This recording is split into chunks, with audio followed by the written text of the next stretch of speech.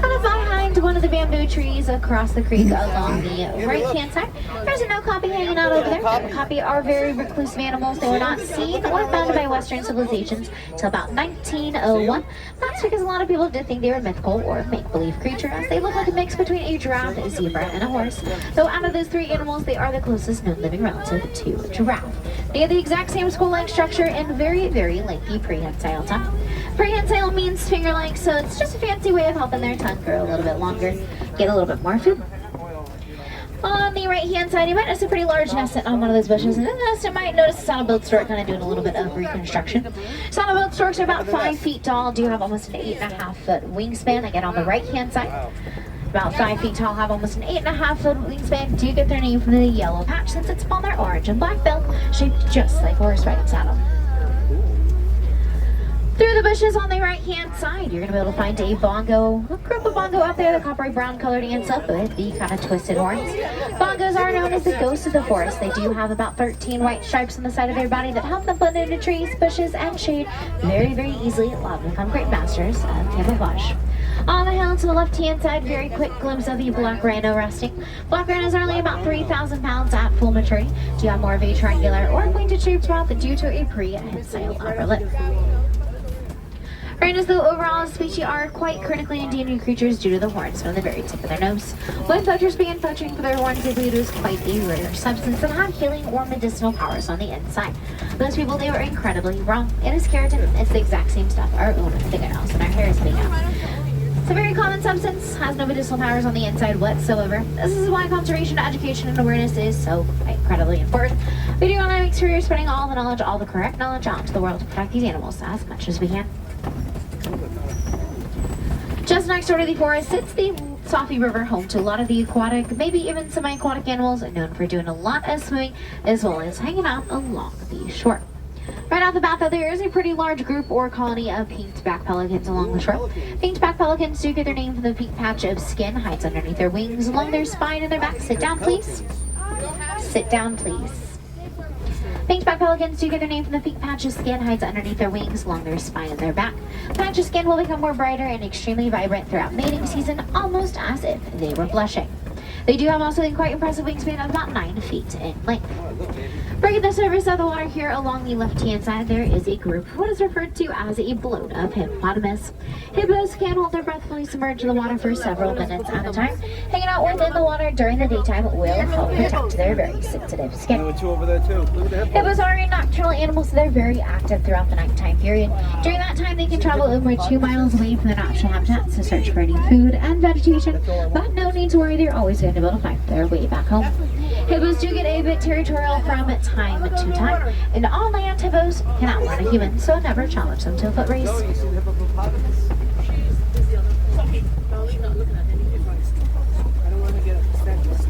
On the outskirts of the river bend, you might have to look pretty closely, but there is going to be a Nile crocodile.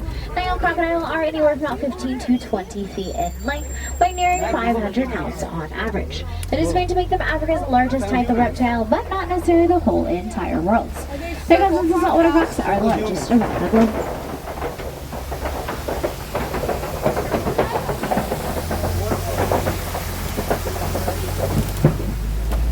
Crocodiles do like protecting their own as much as they can. If there's any danger nearby, the adult crocodile will scoop up any of the young, any unhatched eggs into their mouth and jaw. That is going to incubate them there, making sure they are able to stay nice and well protected.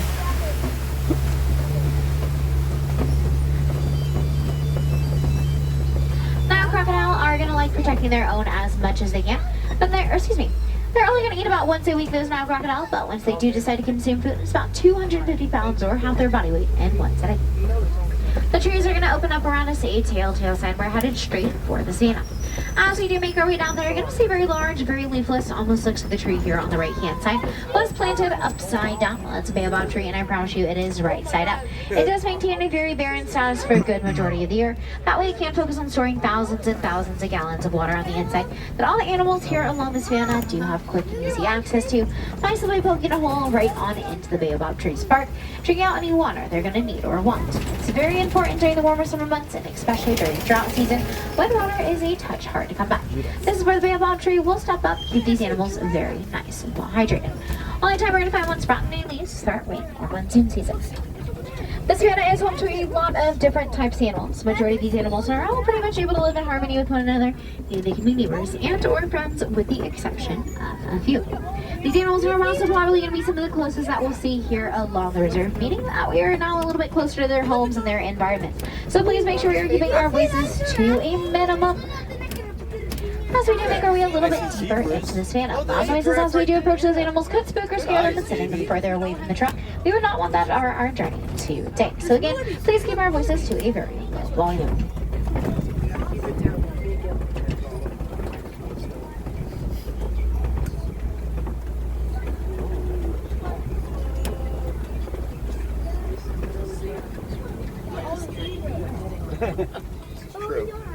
Over the cliffs and ridges here along the, over the hedges here along the left-hand side. If you look inside of the night and kind of just in front of it, you're going to find a pack of African painted dogs.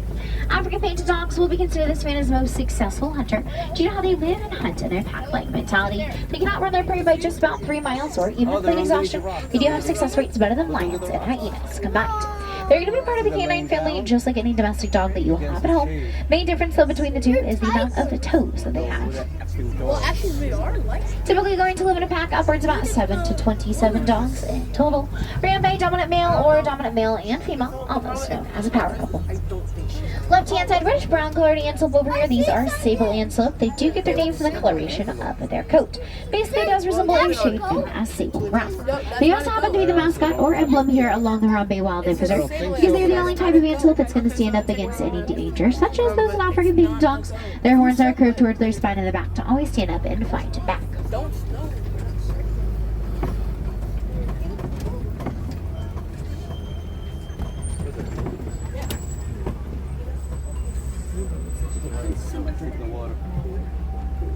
Coming up next, doing what they do best, migrating, we got a herd of wildebeest.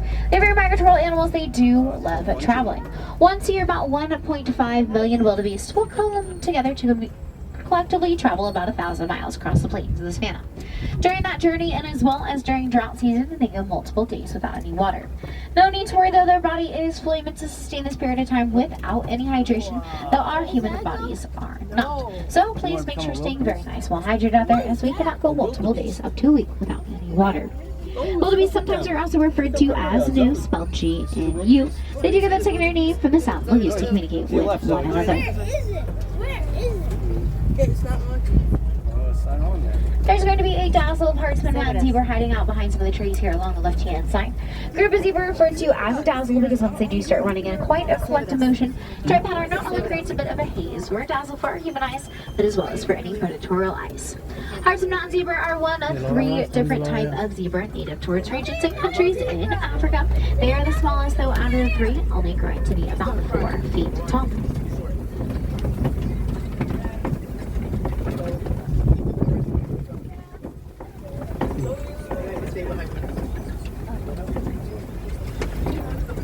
Backwards, it's twisty, turny.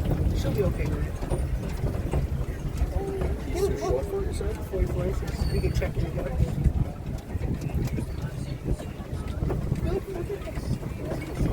Wow! Yeah, but what? That's super close up. You can put it on, and then when we get there, we'll see how tall it is. I don't think it's tall enough. Yeah, but are you going to go on Mount Everest? No, don't ask him yet, because I don't know if he's right side. Let me focus on the examples. I might. What's that? Next, we're going to find a pair of eland, kind of coming up here along the right-hand side. Elands are one of the largest antelope within the world, the largest here on the reserve. Right on their heft to their shoulder, they can be about 6 feet tall, and they weigh just about 2,000 pounds. So despite that, they are quite good jumpers, jump 6 to 8 feet straight up into the air from a stand still position. Female is the one that's pretty rust or orangey in color. Male is a little bit kind of tucked behind her now. Females also have the 2 faint white stripes on their shoulder. Easiest way to tell the 2 apart.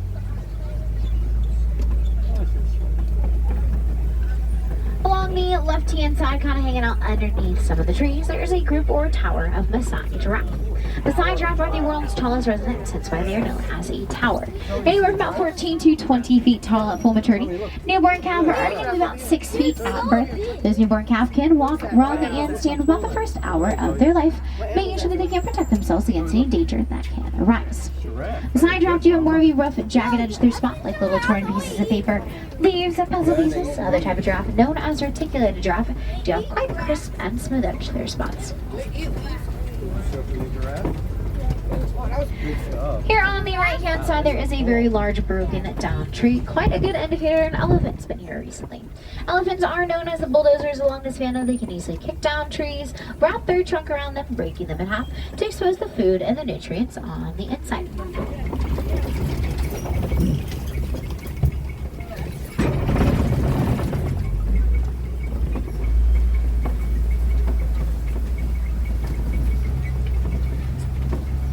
African elephants will be easily identified from other species and type of elephant based along the shape of their ear. When an African elephant's ear is nearly fanned all the way out, it does basically resemble the continent of Africa. Now that is not how they got their name, it is specifically just the easiest way to identify them from one another. Though on the inside of an elephant's fairly large ears, there are a lot of different blood vessels. When they do flap those ears back and forth, it can regulate and cool their body down by several degrees. There will be another type of animal like black rhino, giraffe, and okapi that do have rely on the use of prehensile muscles. Type of muscle their trunks are made of. Now there are over 55,000 muscles within their trunk alone. They'll use to pick up all their food and nutrients when they get hungry, water when they get super duper thirsty. Though from time to time elephants will use their trunk to pick up sand. But no need to worry, they will not eat or consume those tiny grains of sand. They will simply toss them on their back, neck, atop their head to act as quite the natural sunscreen and moisturizer. Most people are aware of one of the very main dangers that could, but definitely will face elephants in the wild. That is due to poaching of their ivory tusks. However, there is another major human-elephant conflict that stems from the dangerous mining practices of metallic ore known as coltan. Coltan is used to create a bunch of electronics such as radios, tablets, e-readers, laptops, smartwatches, and of course, cell phones. Currently, mining practices for coltan do release very harsh toxins, chemicals out into these animals' natural environments, and it does result in quite a large habitat loss. What us as humans can do is extremely easy and quite simple. We just need to recycle any and all of our electronic devices at the end of their lifespan, rather than collecting them in boxes and letting them in the dust. We can simply reuse the coltan ore because it does not go bad, never ever expires. So we're cleaning out the habitats for these elephants and giving them a better chance of survival. They do have quite the long life expectancy, anywhere from about 55 to 60 years, so we'd like to be able to give them the chance to live those long and lasting lives that they are obviously meant to live.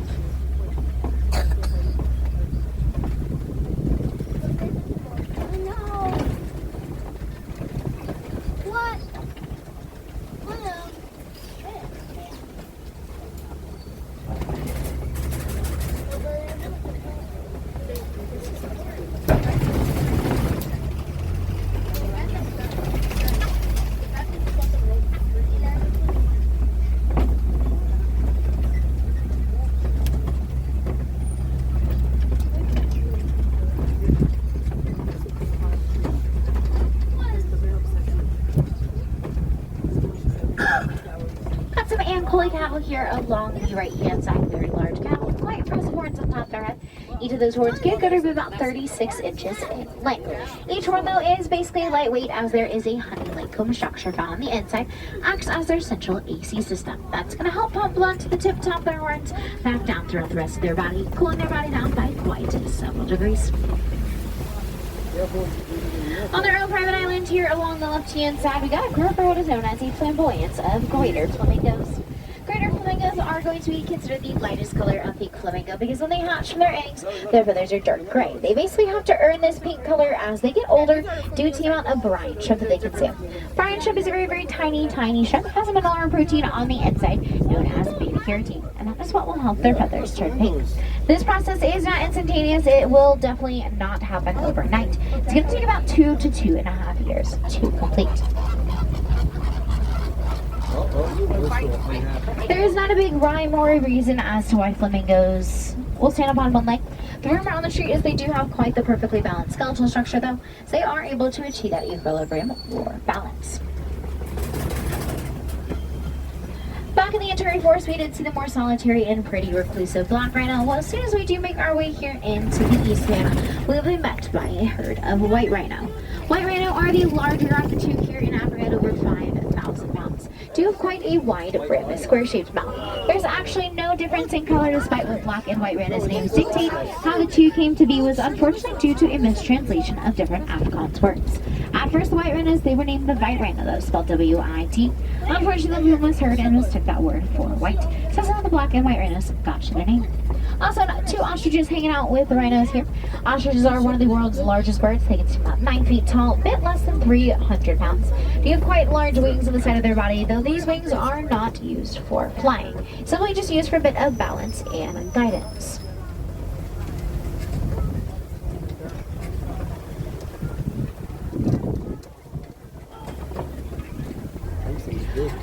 On the rolling hills here to the left-hand side, if you look very closely, you might spot a group or coalition of cheetahs. Cheetahs are going to be the fastest land mammal within the whole entire world. They run about 60 miles an hour in just a few seconds. They are able to run that fast with what is known as their non-retractable claws.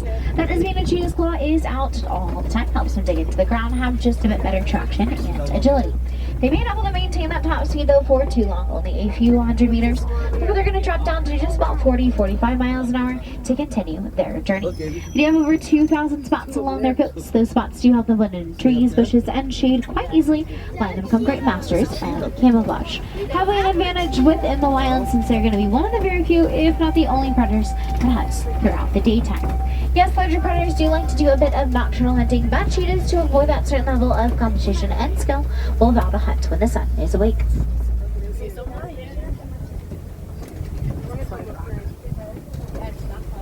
But this is a lion.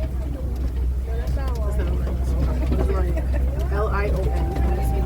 A competition and skill that a cheetah would like to avoid would in fact be a pride of lions. Lions will sleep and rest upwards about 16 to 20 hours a day to build all their energy and their stamina, so when they're ready to go hunting at night, they are able to stay completely nice and well rested.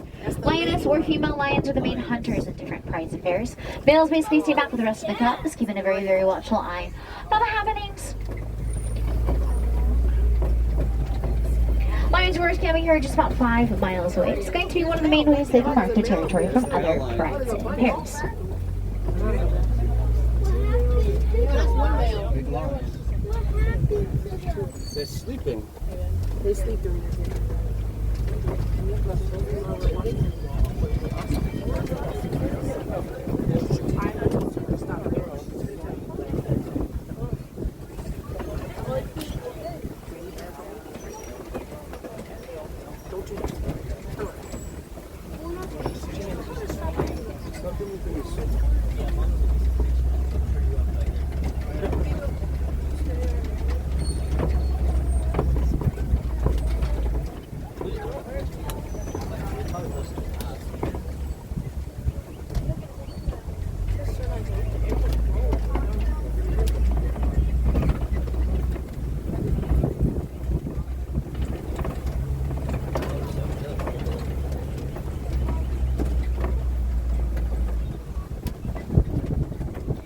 On the left-hand side, if you look very closely, you might find some very fuzzy rocks. Well, those are warthogs. Warthogs do take pre-existing burrows, but larger fit their body shape and size.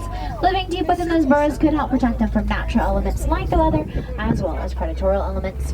Warthogs typically will also sport 2 sets of tusks, one for burrowing and eating, and the other is simply for defending themselves.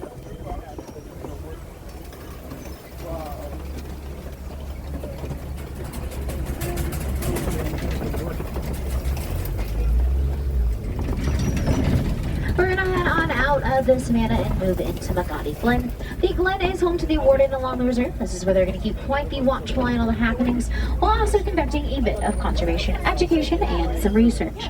Now the warden is kept nice and well accompanied by one animal in particular, and that is a herd of Nigerian dwarf goats.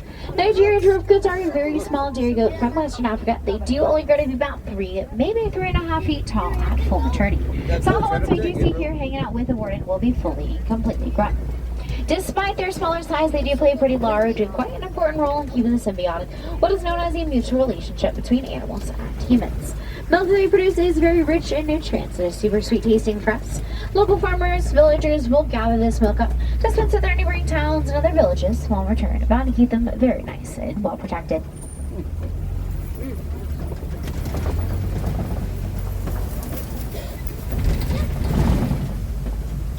Here along the Harambe Wildlife Reserve throughout Disney's Animal Kingdom, as well as the rest of the Walt Disney World Resort, one of our main goals is to help protect and serve the animals here on property, those in the wilds, with what is known as the Disney Conservation Fund.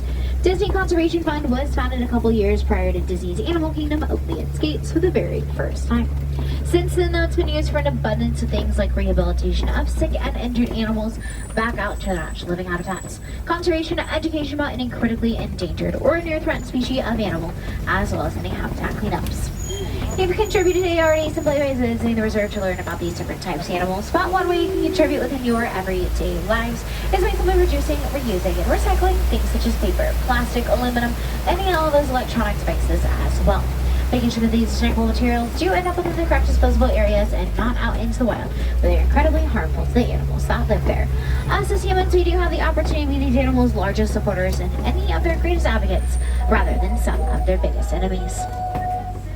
We have made our way back towards the outskirts of the village. That does mean our journey will be coming to a close. So please go and start checking your rows, making sure you do have everything that you brought on board with you, as well as everyone. I wouldn't want you to leave anything or anyone behind, as it's going to be an incredibly long trek back to Africa if you happen to forget anything or even anyone. There were any wilderness explorers on the truck, you have been riding on the Simba 1. Special code word on page number 14, you need to get your safari badge. To achieve that badge, head out of the unloading area. Follow the trail and look for the customer with the pale green shirt, orange and brown satchel. They'll be more than happy to award you with your